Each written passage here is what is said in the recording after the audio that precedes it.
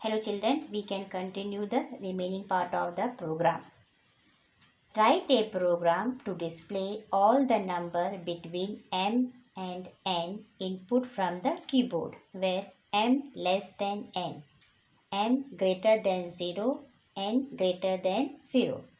Now you have to check and print the number that are perfect square. Example 25, 36, 49 are said to be perfect square number. Now what is a perfect number? That means sum of divisor or quotient equal to number itself. If you write 6, so 6 is divisible by 1, 2, 3. So that number we can call as a perfect number. Now we can see the program. Here to take import java.ui package.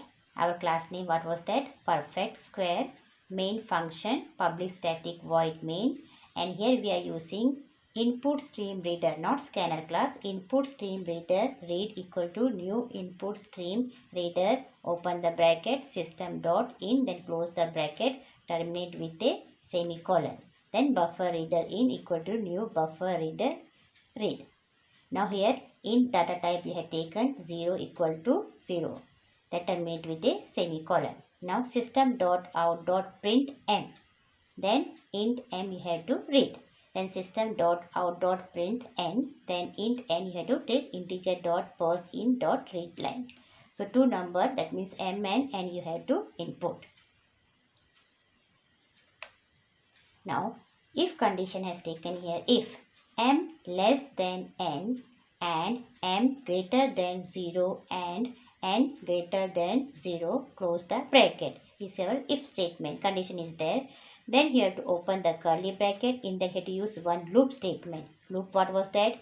Int I equal to m semicolon, I less than equal to n semicolon, then I plus plus. Then you have to print that number. Open the curly bracket and you have to print that number.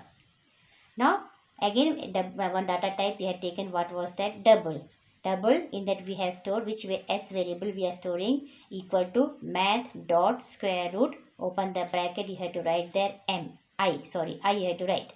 Then you have to take if statement. If s equal to int s, then you have to print that it is a perfect square, otherwise else it is the invalid range. Now see the logic. Here m less than n, so we have taken m and n, two variables. So m is equal to what? 12 and n is equal to 20. So our loop will be int I equal to m, I less than equal to n, I plus plus. So our loop will be I is what now? M. So m I equal to m less than equal to n semicolon, then n plus plus. Now you have to print that number. Now double data type we have stored here, there you have to write s is equal to math dot square root m, not I, because I we consider as a m. So math dot square root m. So what number you have taken, that will be stored in a s. Now here taken as if s equal to n, because here double s early we have stored in a double data type. Now here we are using int s. So you have to use a type conversion. Type conversion means any one form of data type that you have to convert into a various data type, that means in a single data type. So both double is there and int is there, you have to convert in a one data type.